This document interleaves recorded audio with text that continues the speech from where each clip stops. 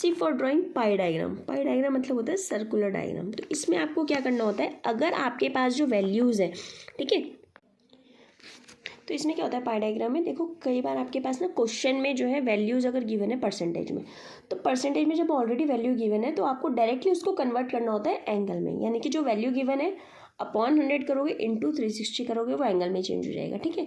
But if values are not given in percentage, अगर value आपके पास परसेंटेज में गिवन नहीं है तो आपको पहले परसेंटेज में करना है, उसके बाद एंगल में करना है। यानी कि जो वैल्यू गिवन है आपको परसेंटेज में करने के लिए वो वैल्यू अपॉन टोटल इंटू 100 करना है, ठीक है, क्योंकि परसेंटेज में चेंज करने के लिए आपको 100 से मल्टीप्लाई करना होता है, तो वैल्यू आएगी। अब इस वैल्यू को आप यहाँ पे रखोगे, ठीक है, अपॉन में 100 करोगे इंटू 360 करोगे, then this value will be converted into angle, ठीक है। जैसे एग्जांपल देखो, मेरे पास क्वेश्चन में ये 2 कॉलम्स गिवन है, सब्जेक्ट और मार्क्स, ठीक है। तो जो सब्जेक्ट गिवन है अकाउंट्स, BSc, इको, और मार्क्स है 20, 30 एंड 50। तो पहले मुझे इसको परसेंटेज में चेंज करना है। जैसे मैंने आपको बताया परसेंटेज के लिए इस वैल्यू को लोगे 20 अपॉन में इसका टोटल, जैसे हम मार्क्स देते हैं ना 20 आउट ऑफ 100, 30 आउट ऑफ 100, तो वैसे ही लिखना है कि इसका टोटल कितना है 100 में से कितने मार्क्स आए उसके 20। तो इसको जब परसेंटेज में चेंज करेंगे तो परसेंटेज में चेंज करने के लिए what you have to do, multiply करते हैं 100 से। तो 20%, सेम 30 के लिए 30% एंड 50 के लिए 50%।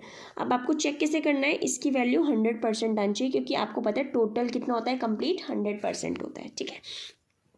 अब मैंने आपको बताया परसेंटेज के बाद क्या करना है, उसको एंगल में चेंज करना है, यानी कि जो value I this value upon में टोटल वैल्यू, टोटल कितना था परसेंटेज का 100, इनटू क्या करते हैं इसमें 360 करते हैं, क्योंकि कंप्लीट एंगल कितने का होता है 360 का। याद रखना परसेंटेज के लिए इंटू 100 करना है और एंगल के लिए इंटू 360 करना है, ठीक है।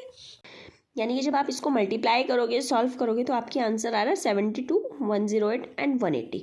तो यानी कि जब आप इसको प्लस करोगे, आपको चेक कैसे करना है कि आपकी वैल्यू सही आ रही है, आप इसको प्लस करोगे और आपको पता है कि जो कंप्लीट एंगल होता है it should be equals to 360 degree. अगर ये 360 नहीं आ रहा है यानी कि कहीं ना कहीं आपकी कैलकुलेशन मिस्टेक हो रखी है, ठीक है। तो ये 360 आना चाहिए। इसके बाद आपको पता है कि सर्कुलर डायग्राम के लिए, पाई डायग्राम के लिए आपको कंपास से सर्कल ड्रॉ करके ये एंगल ड्रॉ करना है, ठीक है। ये हो गया आपका पाई डायग्राम से रिलेटेड।